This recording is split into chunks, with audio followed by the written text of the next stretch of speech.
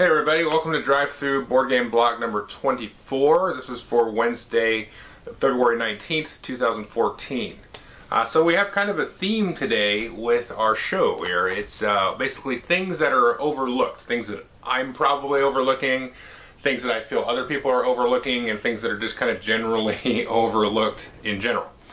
So I'm going to talk about two sets of games, basically 5 games that I would normally have added to my blacklist, but which I've discontinued. I had a geek list of blacklisted games, kind of moving that into more of these video blogs, just kind of here and there, going to talk about games. I don't feel that they make the cut. And also going to talk about 5 games in this particular episode that I feel are overrated, overlooked, all kinds of things. And a lot of those, some of them will be older, some of them are kind of newish and things like that. So we're going to talk about those two sets of things. But before I talk about that, I just want to mention 2 quick things.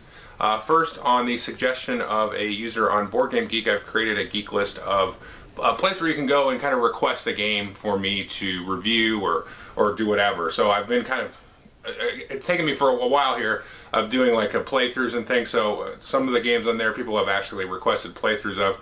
So I'll put a link to the geek list. You can go there and thumb the item. I've already completed, well, with this video I've completed 2 of the items.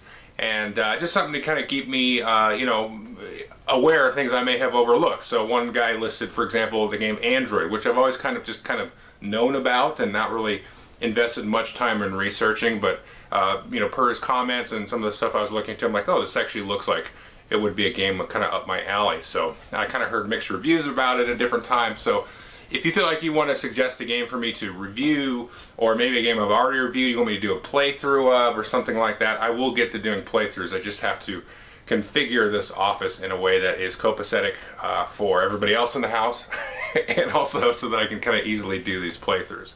And I'm still trying to figure out the right format to do it. Anyway, so there's that. So you can go to that geek list, make a suggestion.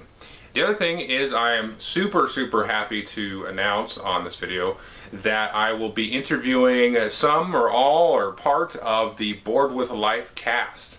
They're currently running a Kickstarter for Season 2. And if you haven't heard of Board with Life, seriously, turn off this video and never watch any of my videos again. Unless you go and watch the Board with Life episodes. Now what they are, if you haven't heard of them, they have sort of a series. It's kind of like a sitcom kind of idea. They have Season 1, which I believe was 6 episodes. And they also have some news that they do daily. I'll put a link up to their Kickstarter and their channel so you can go take a look. And then they also do a series of bits. So they'll do kind of like a bit on a game. And it's not necessarily about the game. It's more about kind of the characters from, you know, the sitcom and these little shorts where they play it. If you're going to watch anything, go and look at the bit for Mr. Jack. In the show, it's a brother and sister character that are playing against each other. Amazing piece of video and board gamingness and all kinds of good stuff. So it's very short. I think it's probably like 4 minutes or so. So if you want kind of an intro into, you know, sort of a quick bite-sized piece of Board with Life, take a look at that video. You know what, I'm going to put a link to that video as well directly, so definitely take a look at that. And then, you know, if you want to also go watch the first season or first episode of the first season, that's also a nice intro, so you can get to know the characters and things like that. So anyway, next Tuesday I'm going to be doing sort of a live YouTube hangout, which I've been starting to do with them. I'll post a link to it. It's going to be at 7:30 Pacific, so 10:30 Eastern, and you know, whatever the time zones in between are. So if you can join in and ask questions, I've got a list of questions I'm going to ask them. I'm not positive who all is going to show up.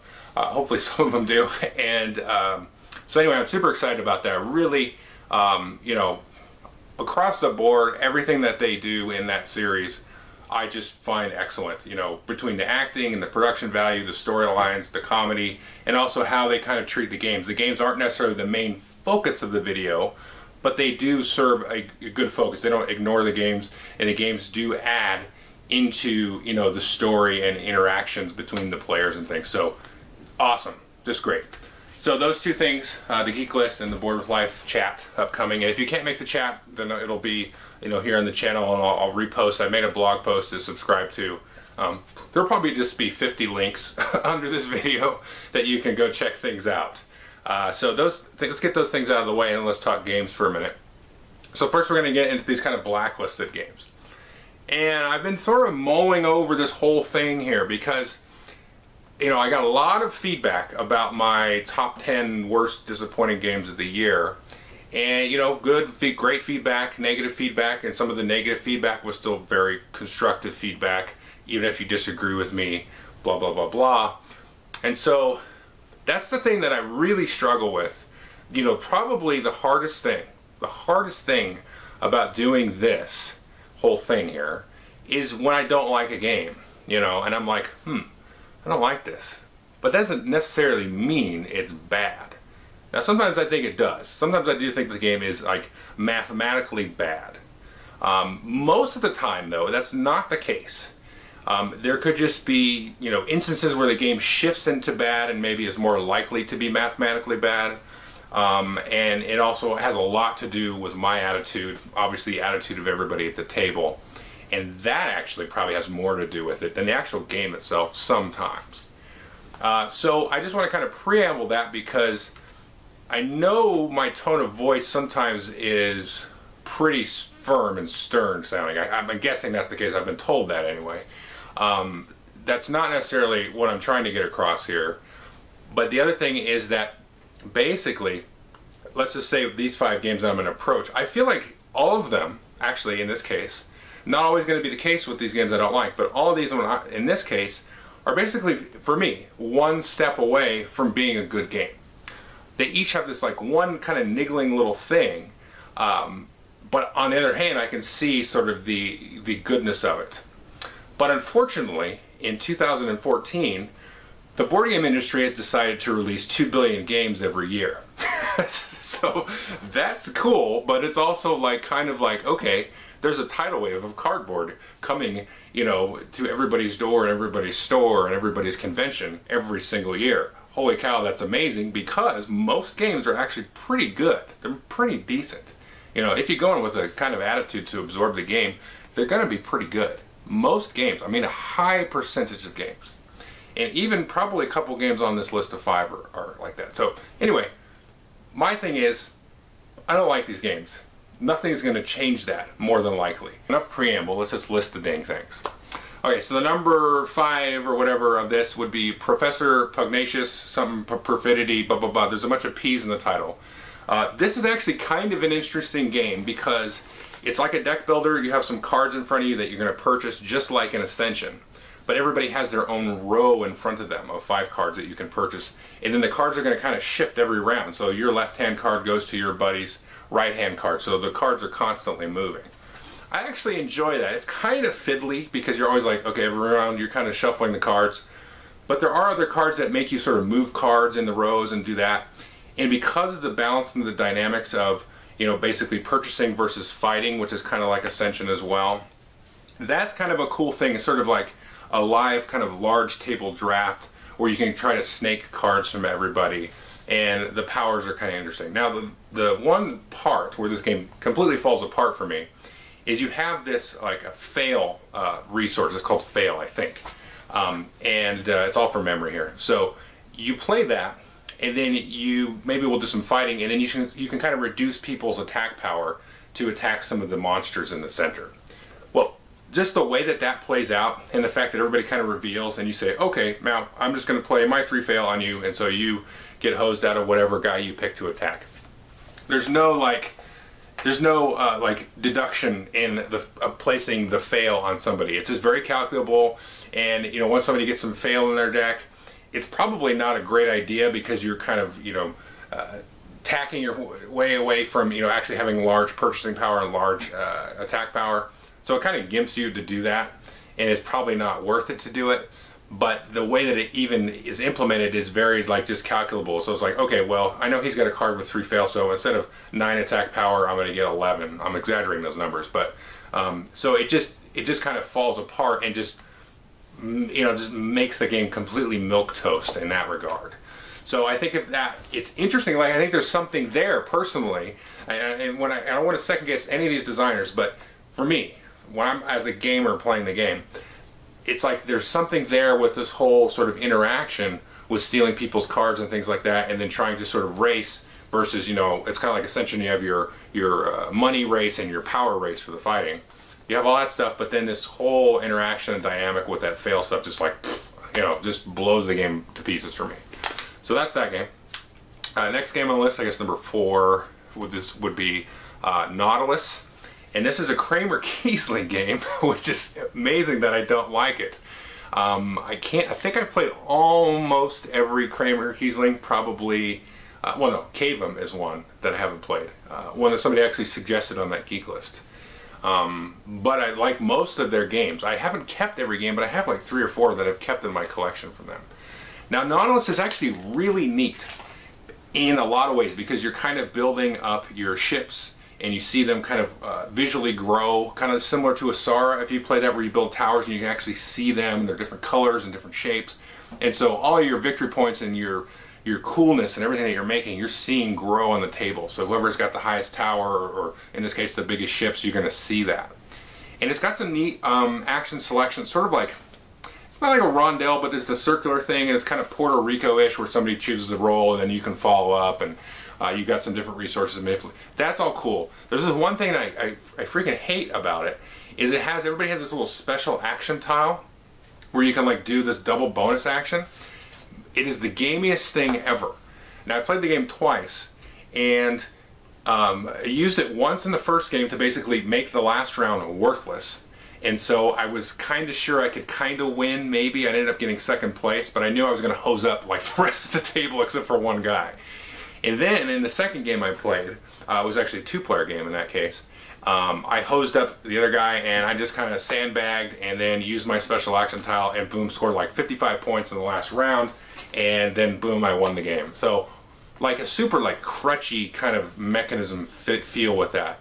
In an otherwise, you know, really solid game, and I really don't know what alternatives they would have to do with that, but it's just like, man, what is this? It's like super, you know, shot in the arm steroid action, and then it's like, you know, 1,000 points. Like, oh, okay.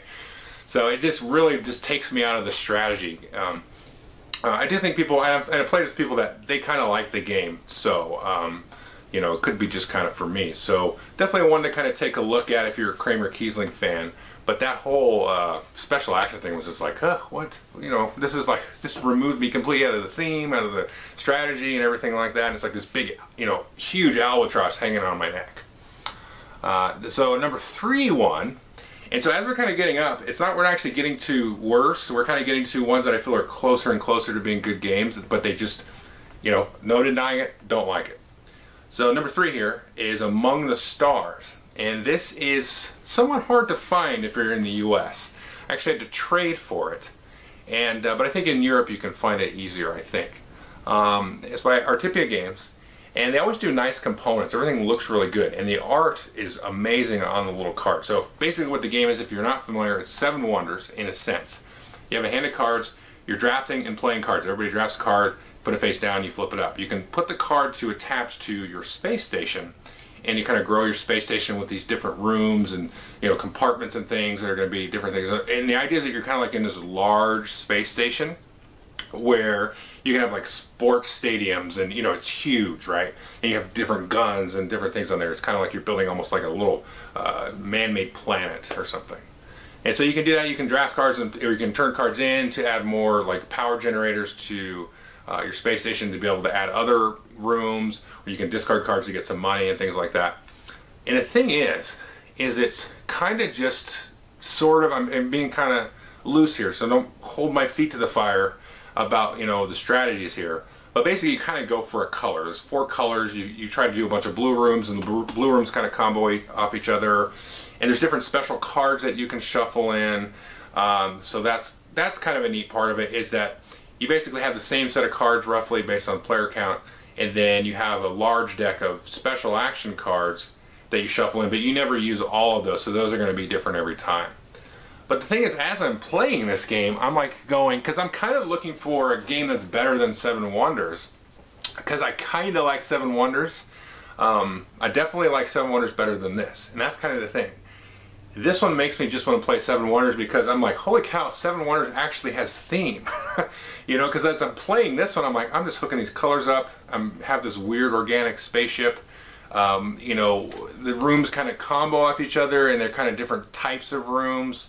You know, it's like some are more like, I don't know what you call them, political or whatever, like office-y kind of rooms and things like that. But it's just kind of, you know, there's no like real theme. It's all just kind of spatial stuff that's happening.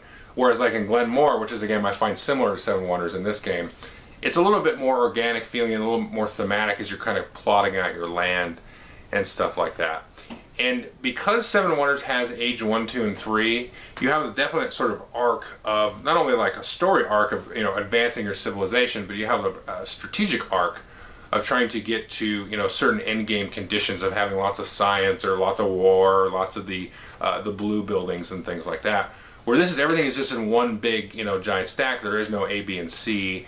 So it's just kind of, I mean, it makes sense. The way the cards work mechanically and everything, you wouldn't want to do kind of an A, B, and C. It doesn't really make sense because it's kind of, some of the cards are very fairy tale-ish, where it's like certain combos are like, I want a bunch of this same card, and other ones are more, I don't know, more like placement, like I want this card and this card, and I need to make sure the situation is just right. So if you played fairy tale, it's kind of like that, a little bit more broad scale than fairy tale. But like I said, the theme is removing, and it's just like, okay, Seven Wonders is actually better than I thought.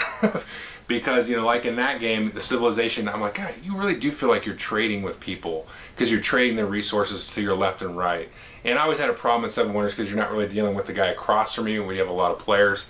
Well, this game only plays up to 4, and I would totally play Seven Wonders with 3 or 4 over Among the Stars.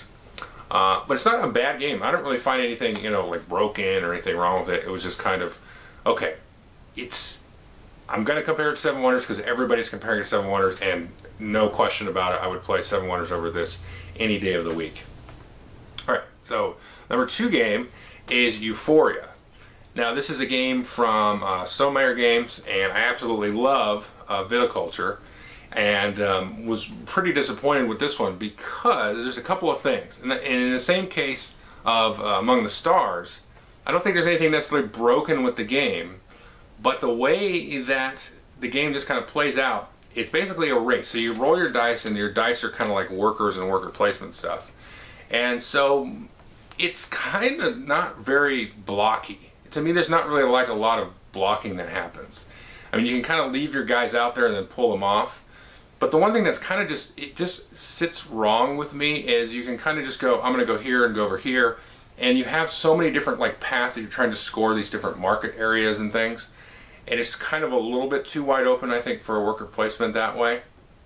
And it has some, it feels more cute than anything, because you have this whole mechanic of like pulling your dice back and re-rolling them and checking the knowledge and stuff.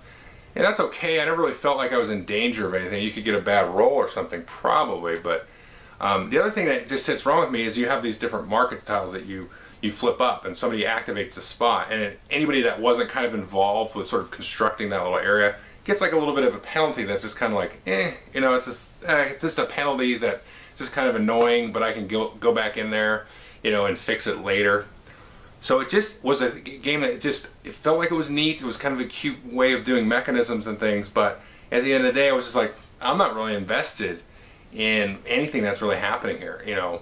And I think that's a tricky thing with some of these dice, you know, worker placement games, where you want to have the dice and it kind of constrains your action decisions. But on the other hand, it just kind of like, you know, I'm just going to kind of go here and I'm going to kind of do this. And, you know, you just get so many turns, not a lot of turns, where it just kind of auto plays itself. Like, okay, this is kind of the best thing. So it's just kind of one of those that, like, now stunning artwork on the board, a little bit busy, I think, on surface, but after playing the game, it's not super busy. It actually looks really nice. It's very functional in that way, as far as like the UI and things. So yeah, it's just one of those that just kind of hit flat, and I'm like, this is just, it's not very fun for me. Probably people will like this. I think I've talked to a few people and they kind of like it. Nobody I've talked to really loves the game, but you know, some people are just kind of They're kind of like where I'm at with it. That's been in my general consensus with it. So the last one is A Study in Emerald. Now this is the one out of the whole list here. I mean, I think I have, let's say, I have legitimate issues with all 4 of these in terms of, you know, Euphoria is a little bit bland. Among the Stars, kind of the same thing, a little bit bland. Seven Wonders is better. Nautilus has that gimpy, you know, special action thing, and Professor Pugnacious has that one kind of fail element that really throws it for me. Now, Study in Emerald, I played it 3 times now, trying to like it. And there's a lot to like about this. And when I've had to describe it to people to play it with them, they're like, oh, what is this? You know, I've heard about this. Well, it's like Battlestar Galactica, plus Dominion, plus some auction stuff. and with the Cthulhu / Sherlock Holmes / anarchy theme. Okay, that's a big mixture, and that's a volatile stew, if you will. Now, the thing about this game, let's start with the problem of it. It gets kind of munchkin-y at the end, where it's kind of tit for tat, and basically you're trying to figure out what roles and different teams people belong to. And then as you do that, there can still only be one winner, so you're kind of like, I'm going to take this, so I'm going to take it back, and then I'm going to take this, I'm going to take it back. So it kind of has this back and forth tug and pull at the end of the game, like every single time. And it's very kind of awkward. You can have these awkward plays. So we had one game where it almost could have been over, I think around turn 3, if I remember correctly. This was a while ago. And we kind of talked it out without trying to reveal ourselves, and it was kind of like, well, if you don't do this, then he's going to kill you and end the game. And it was like, it was his first play. And so I could still see that kind of being a possibility given the right setup of everything. So basically, that deduction stuff can be very sort of cornering for some of the players. So as you, like for example, you can have a game where 3 of the guys are the, I'm forgetting, the revolutionary guys, the reformists, and then the other guys are the loyalists. So it's like, it could be like 3 against 1. Well, that's actually could be kind of interesting, because all you have to do is kind of sandbag a little bit as, the guy that's by himself, and just beat one of the other guys, because whoever has the guy that's in last place is going to, that whole team is going to lose. So if you're not familiar with the game, basically it's 2 different sides. Nobody knows who they are. And you have a little small deck of cards, and you're trying to, get extra cards in your deck. The cards are going to be out on the board, and you're going to be bidding for them, and it's kind of an area control thing to get the cards. And you're trying not to necessarily reveal what team you're on. Now, only one person can win the game, but whoever at the end of the game has a player in last place. So if you're on the red team and I'm on the green team, even though I may have the most points, if the person with the lowest points is on green, then all the green players lose, and then whoever the highest of the other team is. So if it's 3 against 1, you can still win as long as you beat the last place guy, because if he's in last place, the rest of his team loses. So that's interesting, but again, at the end of the game, it gets very munchkin-y, because you kind of figure out who's who. There's a lot of sort of ways to get points that are neutral, a lot of ways you can get points that are weighted towards either side, so at the end of the game when you reveal, you may actually lose some points. But there's a way to get points that's neutral, basically just controlling the city. So a lot of people kind of go after those cities because you can do that without revealing the other players. And then you can get a lot of crazy table talk at the end. But it's kind of very interesting right up until the end, because once you kind of figure out who everybody is, then everybody knows what's happening. And, unless somebody really can kind of play it off that, they are not who they aren't or whatever. But if you have enough players at the table kind of watching and pointing things out, and then logically sort of cornering down all of the different, things that you can take, it's almost like it's too much in there. So, but I can see a lot of people liking this one. Again, it just kind of fell flat for me. It's something that I would actually recommend you try. I'm not going to recommend that you get it, but I would recommend that you try and see how it kind of goes for your group. So that's just how I'm going to leave that one. That one's kind of on the cusp, and just a little bit long for me to want to, keep investing in it and trying to figure out if I actually end up liking it. Like I said, 3 plays and then it just kind of goes away. But there is some interesting stuff happening in there, and it's very sort of like a volatile stew of, it can be very kind of a swingy game. So you could even probably have it. I don't remember the actual counts of cards. I know I did try a 2-player once, and I would recommend never ever play. It shouldn't even say 2-player in the box, because both players could be on the same team, and it's just kind of a race for points. And frankly, it works, but it's really boring that way. So enough of that. So now we're going to go into the what I feel are some of the most overlooked games of all time, I guess you could call it. And I'm going to try to be quick about this. So the number 5 game would be, I would say, is I'm the Boss, the card game. Now this is a game I reviewed and also mentioned last year as one of my top games of the year. We still played at lunch. I've got it at the lunch group, And like I just kind of repeat myself a little bit here. You've got cards that you're going to play. You know, you're going to need to kind of hold back and figure out which colors you're going to get into, and really kind of, you know, play a little bit of cat and mouse. You know, hold back some of your cards that are really going to make the table very volatile. It's just a very fun game, and there's a lot of sort of, you know, weighted, sort of pregnant, you know, emotion and meaning in a single card play with that game after you get the hang of playing it. So there's a lot actually happening in that game. It seems like kind of a random, not really a take that game, but a kind of like screw the pot, you know, and hose people up game. But there's a lot of sort of writing on, you know, what you do, and as you kind of play it more, instead of, you know, within a single round, you play it across all the rounds in the game. Really excellent game. I'd highly recommend it. Definitely not going to be for everybody, because there is a lot of hosiery that can happen. You're going to get screwed out of stuff, but that's what the game's about. I mean, that's it. So number 4 game is Aeroplanes. I actually have this one up here, and this is a game we still play relatively regularly and enjoy it. It's a Martin Wallace game, kind of a cross between, let's see, cross between Automobile, Struggle of Empire, and maybe a little bit of Brass. So really cool game. Lots of, not necessarily luck, but a lot of sort of randomness that you have to sort of adapt to with as it comes out. I did a review of it. You know, I think it was one that I kind of questioned putting on my sort of top games of the year. That year, I'm sure there were better games though. I would have probably put it in the Euro category, and there was definitely, you know, a handful of other games that I felt were better. But this one's really stuck around for us. So I would say I won't really like to play it with 5, because you can kind of just be out of it for a little bit too long. It's not horrible with 5, but with 3 and 4, it's really a fine game. I think an excellent game. So definitely take a look at it. And the thing is about it, it hits with all the games on this list. They're going to hit a unique kind of, you know, position in my collection. And so the way that the turn order works is actually really good. I mean, that's kind of the thing it mostly gets knocked for. And I think, I'm not going to say anything about that, but I think actually that's actually an excellent mechanism. So I would ignore anybody that says they think it's a dumb mechanism, because it's just not. It really is necessary for the game, and it's a big part of the whole push your luck aspect of expanding your fleet and taking risks. That's very thematic with, you know, how the game works and what the time period is of the game, and, you know, spreading your airline across these sort of not yet developed areas in terms of airports and all these kinds of things like that. So definitely overlooked game. Because, you know, whatever, Eurogamers are afraid of dice or something, I guess. I don't understand that. The third one, number 3 here, is Mutter. Also reviewed this game.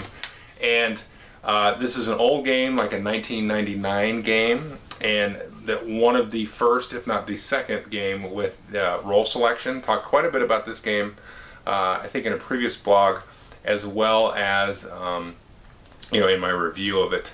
Excellent. I like this one a little bit better than Verrater. It's a little bit more thematic for me than Verrater. I really like Verrater too. But just the whole kind of sailing around in this island. You basically are in a well, not a pirate ship, but you're in a merchant ship. Each player's, you know, a character on that ship, and one guy can be the captain, and then everybody can backstab him, and then mutiny, which is what Mutter means. It's German for mutiny. And then, you know, and then we can have a new captain. And then, you know, the balance of power is shifting, and you're just backstabbing each other, you know, making temporarily alliances and stuff. And it's all within like a 30-40 minute card game. Really cool, really interesting thing. Lots of deductions going to kind of happen. I mean, it's basically like a little micro game. You know, everybody keeps using this micro game word. This is actually pretty close to a micro game. There's not that many cards in here.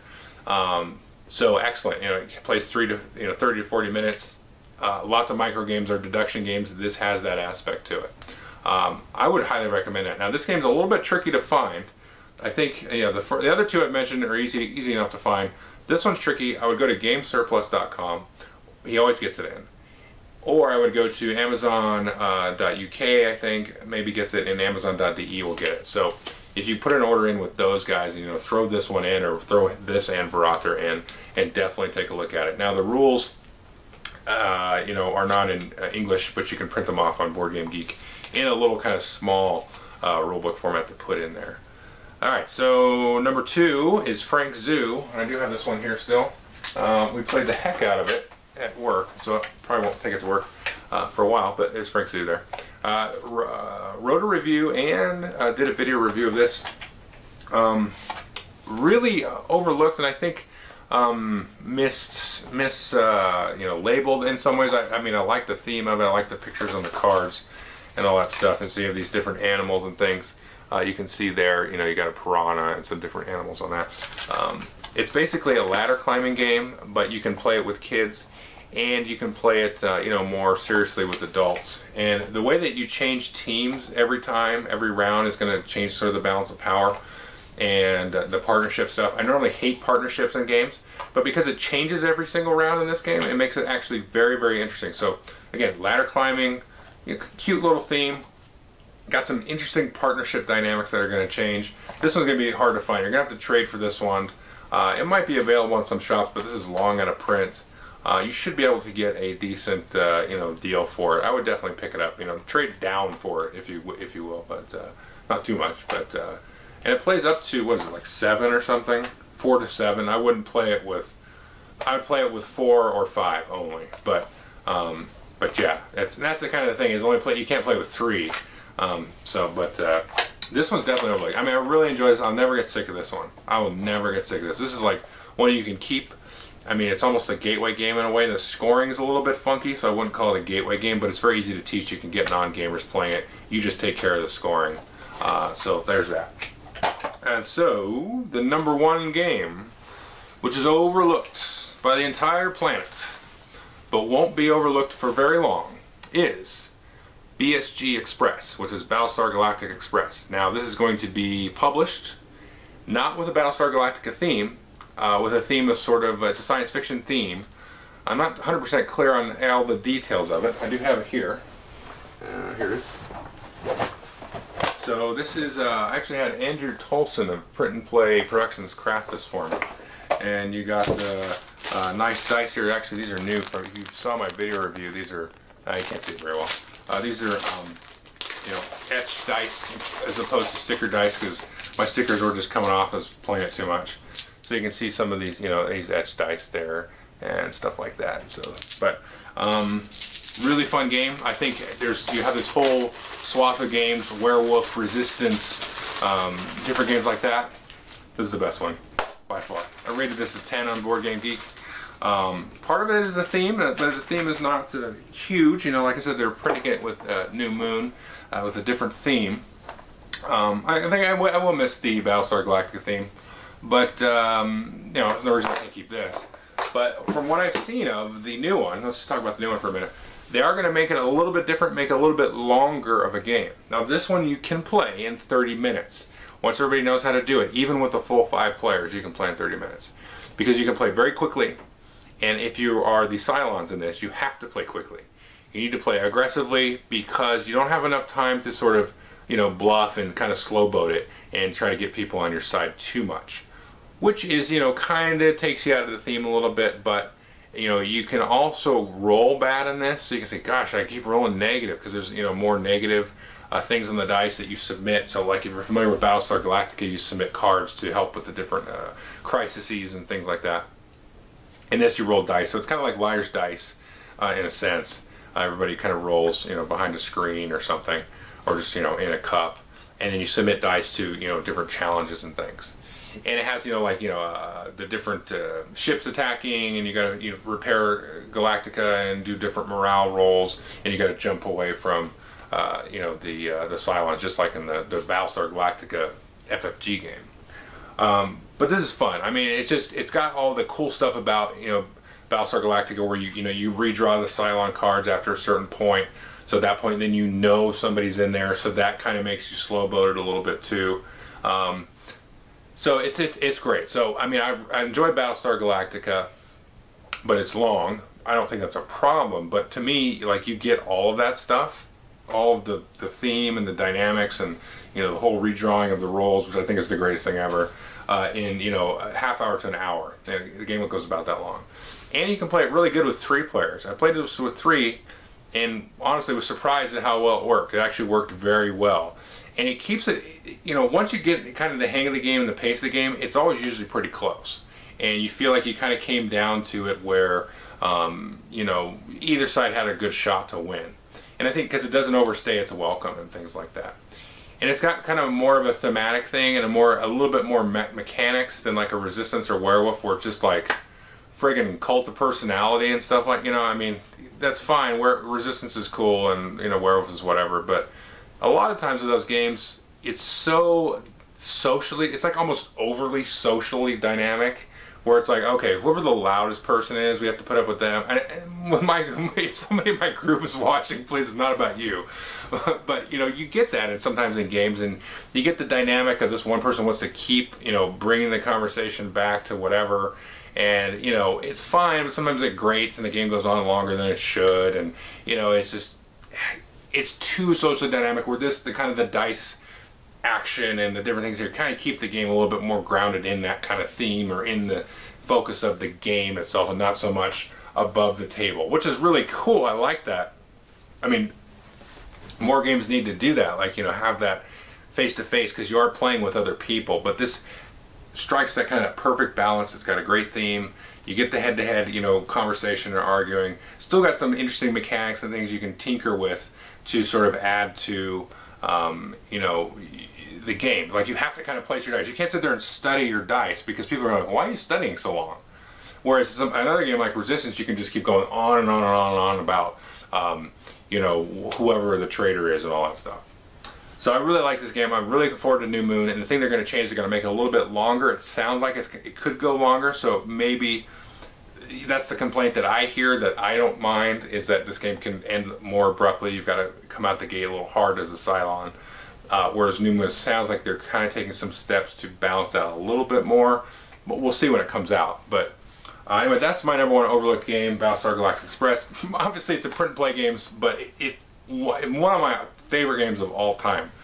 I mean, it's probably not my favorite of all time, but definitely is up there. So I'm very excited to see New Moon came out. And I've gone really long. I don't know what time this is, but I talked way too long, so I'm very sorry if you stayed this long. Hopefully the games that I showed you were interesting either way. Okay, so that's the end of this blog. Take care. Sorry about that little interruption there during studying Emerald. My dog was barking. The wind is going crazy. I hope it doesn't show up too much on the mic. Anyway, so I will talk to you guys soon.